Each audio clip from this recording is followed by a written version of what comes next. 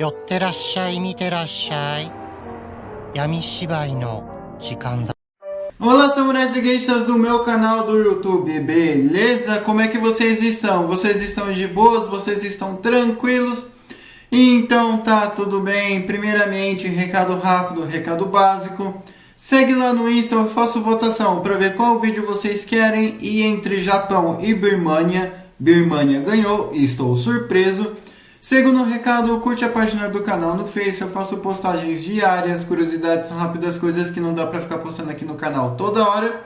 E por último, mas não menos importante, eu vou deixar tanto aqui no card quanto na descrição, vídeos relacionados, né, à Birmania no tempo colonial, né, como surgiu a Birmania, sobre o Neuin, que é importante, a revolta 8.888, e entre outros vídeos, beleza? Mas enfim, sem enrolação que eu já enrolei demais, vamos direto ao vídeo. Aí quem puder dar aquele apoio logo no início, eu agradeço. Enfim, sem enrolação que eu já enrolei demais, vamos direto ao vídeo. E hoje, como vocês estão vendo aí, vamos falar sobre Aung San. E esse não é um nome um tanto quanto familiar. Aung San, Aung San Suu Kyi, pois é, né? Isso tem tudo a ver, mas vamos lá. E ele, né, foi considerado ali o pai da Birmania, né, considerado o pai ali da Birmania moderna, né. Mas o porquê que é isso e o porquê que ele chegou a ser conhecido assim, é isso que nós vamos ver no vídeo de hoje, beleza? Então, bora lá. Aung San, ele nasceu no dia 13 de fevereiro de 1915 e veio a falecer no dia 19 de julho de 1947. Aung, ele nasceu em Natamawak, perdoe a pronúncia, mas que é uma região da Birmania, porém na época pertencia ao Raj britânico. E sem contar também, né, que ao todo eram 9 filhos e ele era o 9º filho. Então, tipo, ele basicamente era o irmão mais novo ali de todos os outros 8 irmãos, né?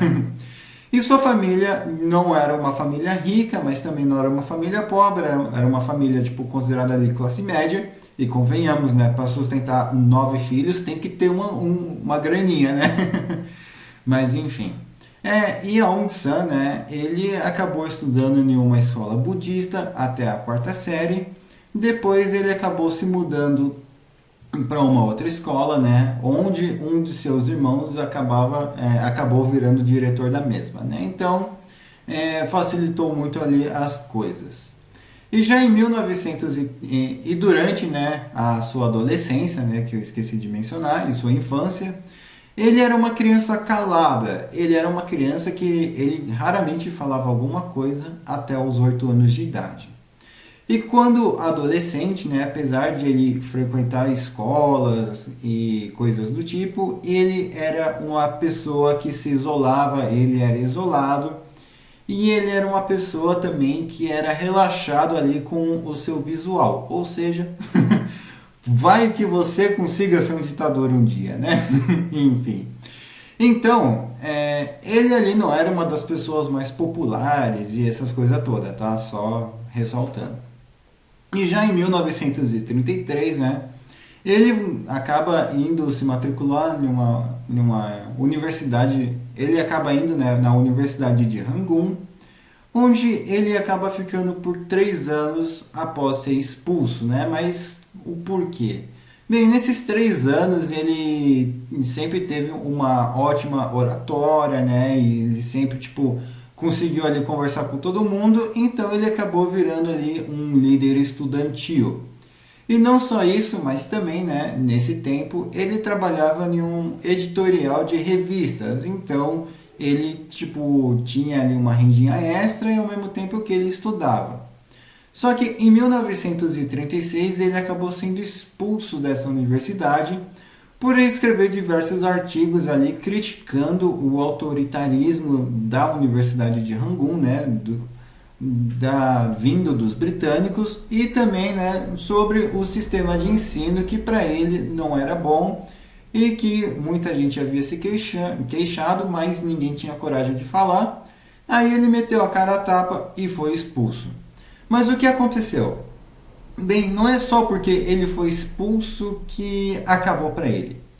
Não, por incrível que pareça, isso acabou gerando uma repercussão imensa, né? Porque ele foi um líder estudantil que teve coragem ali de peitar as autoridades, né? Querendo ou não, qualquer um acima da gente é uma autoridade, né? Seja no ambiente de trabalho ou na rua, enfim, polícia, político, enfim. Mas então, ele acabou virando notícia nacional na Birmânia. Ele acabou tipo virando um ícone, já sendo rotulado como um revolucionário nacionalista, né? E após ali 3 meses ali de grandes protestos, né, e dos próprios alunos começarem a ir contra a universidade, ele acabou, né, sendo aceito de volta e a universidade acabou ali mudando ali algumas coisinhas também. Só que ele não ficou muito tempo, ele acabou saindo em 1937, onde ele foi estudar direito e durante, né, também a universidade ele acabou se interessando por política, mas bem pouca coisa. Aí sim, quando ele foi estudar direito, né, ele meio que desistiu, tipo, ficou só um ano e ficou só até 1938. Aí sim, ele ingressou ali na política nacional da Birmânia. E essa política que ele acaba criando é uma política totalmente anti-britânica, né, anti-colonização e um negócio mais pró-independência. Então, já no dia 18 de janeiro de 1939, né, ele acaba declarando que ia tirar os britânicos, não importa como, se tivesse que usar força, ele ia usar força, se tivesse que usar inteligência, ele ia usar inteligência, mas ele ia acabar tirando os britânicos ali de qualquer forma, né? E com isso, de certa forma, ele acabou incentivando ali vários movimentos de guerrilha e todas essas coisas do tipo. E já no dia 23 de fevereiro, ele é preso ali pelos britânicos e sentenciado como terrorista. E ele foi preso por 17 dias. Mas ele acabou sendo solto, afinal não tinham provas o suficiente, né, que ele seria um terrorista. Ele não foi encontrado com nada. Ele só foi preso ali na base dos argumentos, né? Tipo, ele só foi preso por literalmente pelo que ele falou. Mas ele ficou 17 dias ali, foi liberado, ficou tudo tranquilo.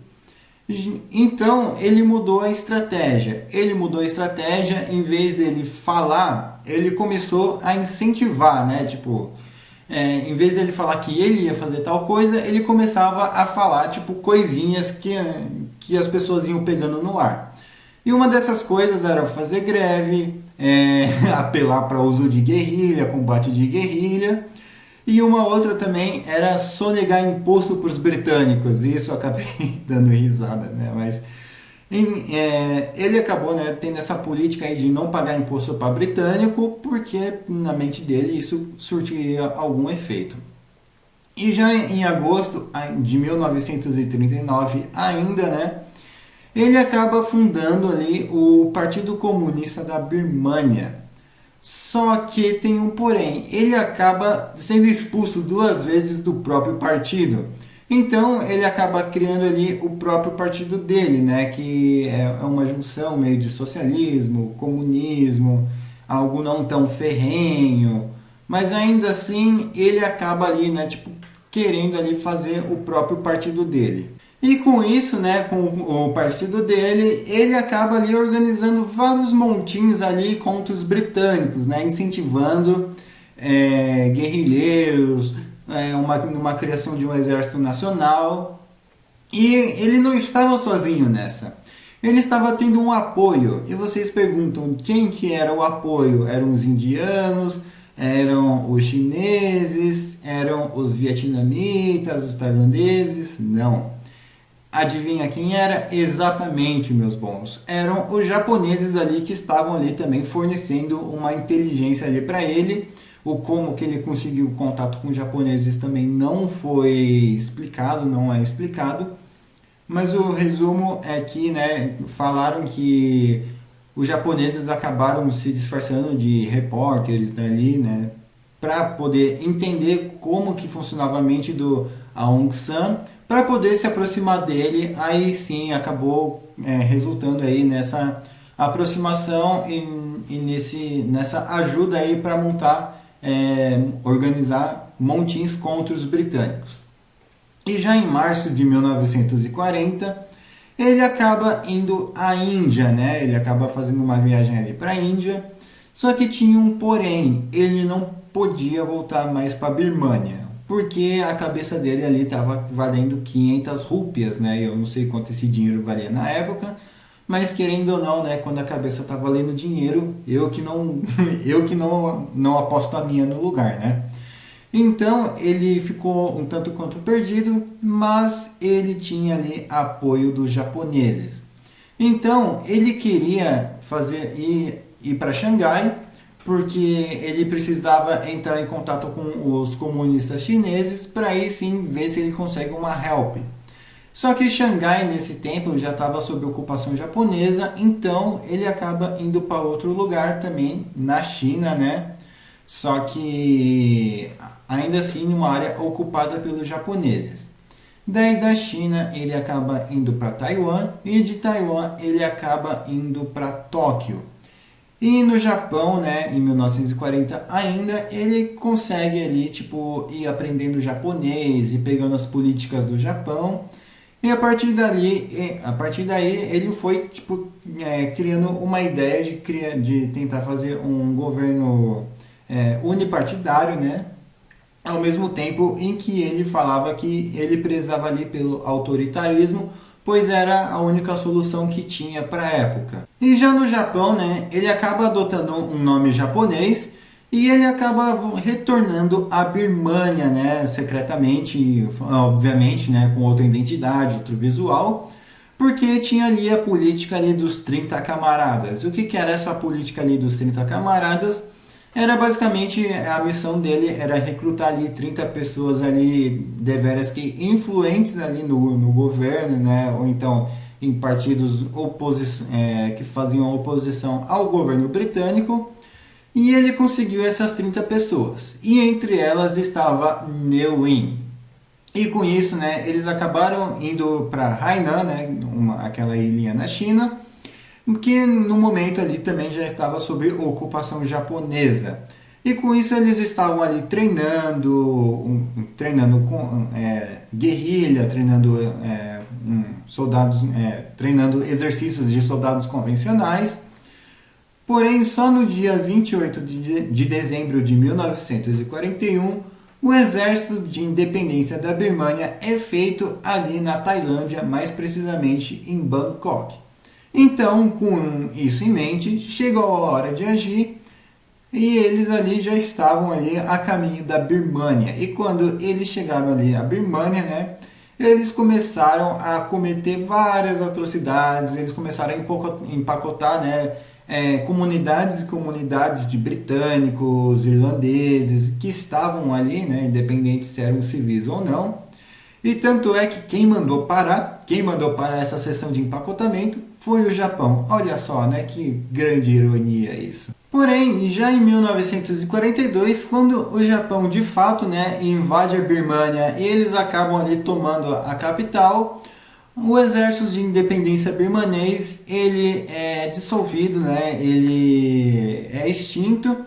E todos os birmaneses que estavam ali naquele exército, ou então que estavam ali, né, tipo, na guerrilha, ou então do lado dos japoneses, passa a fazer parte ali do exército japonês. Então o exército de Birmania, o exército da independência da Birmania já não existia mais, e eles passaram a fazer parte ali do exército japonês. E ainda nesse mesmo tempo, né, o Aung San ele retorna ali para Tóquio, onde ele acaba ganhando uma medalha ali, um tanto quanto valiosa ali, e ele foi condecorado ali pelo próprio Hirohito. E ele fica um certo tempo ainda em Tóquio, e no dia 1º de agosto de 1943, o Japão ele dá a independência da Birmânia e os japoneses deixam Aung San no poder, né? Só que essa independência não era uma independência total, tá? Era uma independência onde Aung San ele basicamente, né, seria o líder ali da Birmânia. Só que quem vigiaria o que ele faria ou não seriam os japoneses. Mas a intenção dele, né, é que era no final da guerra ele já poderia ali, tipo, independente de quem ganhasse, já ali controlar o seu próprio território, já ali controlar a Birmania e que se dane os outros. Só que tinha um porém também, né? O mundo é cheio de poréns. Ainda já em 1944, né? Aung San vendo, né, que os japoneses já estavam começando a ter dificuldade, que os chineses ali já estavam ali na Birmania, que as coisas ali já estavam ferrando, ardendo pro lado deles. Aung San, ele desde sempre, acabou mantendo um partido secreto, que era o partido antifascista, né, que era o partido de libertação antifascista, algo do gênero, no qual ele começava, né, a arrecadar as armas dos japoneses, os suprimentos dos japoneses, e falava, olha, você me prometeu um tanto de arma, mas não veio, tem como me dar mais? Os japoneses achando, né, que eles iam fazer uma luta ali contra os aliados, né? Os japoneses, não, beleza. Tanto é que Aung San, ele chegou sim a declarar guerra, né, para os aliados, Estados Unidos, Inglaterra, China, enfim. Mas, por mais que ele tenha declarado guerra aos aliados, quem fazia a maior parte ali do serviço, querendo ou não, era o exército japonês. Ali tinham um ou outro ali que era do regimento birmanês, né, ou do Myanmar, mas quem fazia a maior parte ali do esforço era o Japão. Ele só declarou guerra aos aliados para ter mais um competidor ali no server, se é que vocês me entendem. Mas enfim, tanto é que tempo vai, tempo vem, chegou no dia 25 de março e eles acabam declarando guerra ao Japão. Olha só se não temos um plot twist na história. E quando eles começam a declarar, quando eles declaram guerra ao Japão, ninguém entende nada do que estava acontecendo, tipo, do nada mudou de time, mas enfim, e isso, de certa forma, ajudou ele juridicamente falando.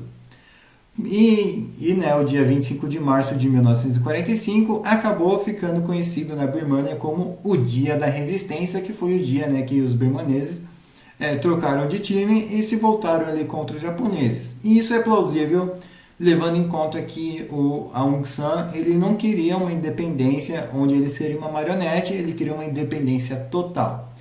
E pensando nisso, ele achou que ele ficaria tranquilo, ele achou que ele ficaria bem de boas, mas infelizmente não foi isso que aconteceu. Não foi isso exatamente o que aconteceu, né? Só que, querendo ou não, ele ainda assim conseguiu se manter no poder. Porque afinal a Inglaterra viu, tipo, esse cara fez um esforço ali e tal, né? Tipo, vamos tentar lhe dar uma chance. E em 1946, né, a Inglaterra nomeou ele ali para continuar governando a Birmania, só que dessa vez com a supervisão da coroa britânica. E nesse mesmo tempo também, né, ele começou a se aproximar dos britânicos, inclusive ele se aproximou de um general anglo-irlandês, no qual virou amigo pessoal dele e ele acabou ali tendo um certo receio, um certo pressentimento.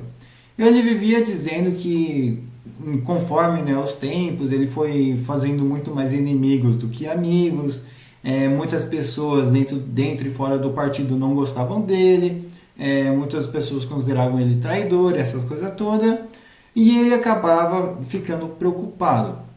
Só que esse general anglo-irlandês falou, não, relaxa, fica tranquilo aí, é só brisa errada da sua cabeça.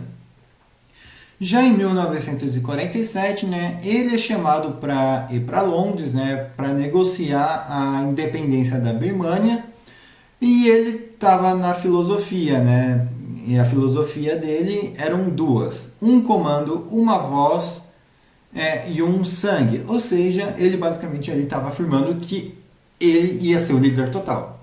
E a outra filosofia dele é que ele estava preparado para o melhor, mas esperando o pior, porque ele queria uma independência total, ele não queria que ele fosse independente, mas que o exército que ficasse ali na Birmania fosse o exército britânico.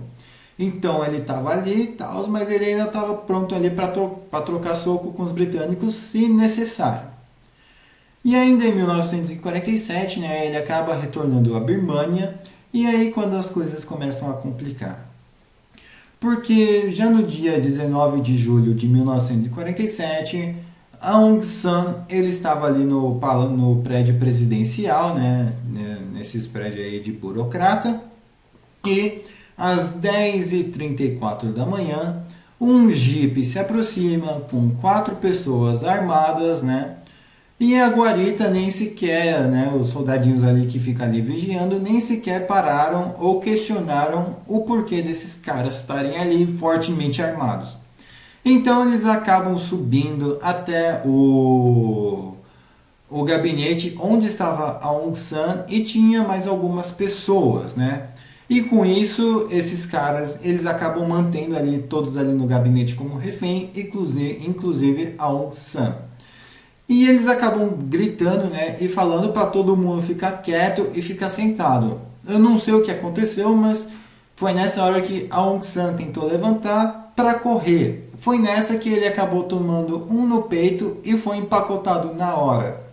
Vendo que a Aung San foi empacotado, né, todas essas 4 pessoas acabaram ali destruindo o gabinete, com tiros, com bombas, zeraram o local, né, estouraram o local, porque a intenção dos caras era empacotar todo mundo. Só que acabou tendo 3 sobreviventes. E bem, tempo vai, tempo vem, né? Isso ficou estranho, teve 3 testemunhas e essas testemunhas começaram a querer levantar prova, a querer levantar processo e todas essas coisas. E até que chegamos em 1997 e foi descoberto, né, que todo esse plano foi orquestrado pelos britânicos, né, pelos generais britânicos, que eles deram as armas, afinal todas aquelas armas que foram usadas para empacotar a Aung San eram armas britânicas e todas as munições eram munições para armas britânicas, né?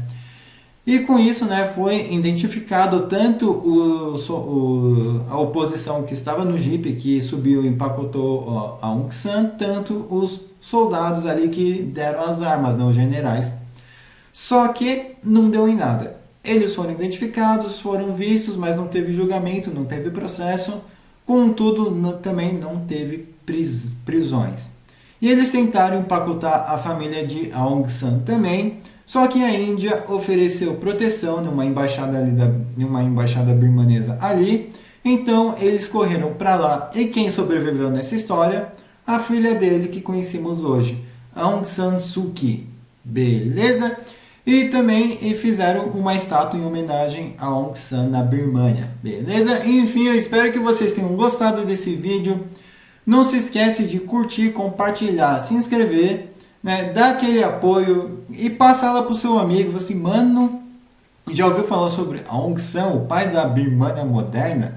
Não, cara, quem foi ele? Então, cara, foi um maluco, né, que teve uma história assim e tal, ele era um adolescente, relaxado e tal, e, mano, ele deu um plot twist na vida dele, sem tamanho. E uma outra coisa, que a partir do momento que a Aung San faleceu, 6 meses depois veio a independência da Birmânia. Pois é, infelizmente ele não viveu para ver isso. Mas enfim, né, novamente espero que vocês tenham gostado. Não se esquece de curtir, compartilhar, se inscrever. Novamente dê aquele apoio, beleza? Enfim, não se esquece de ver os vídeos do card de descrição. Falou e fui!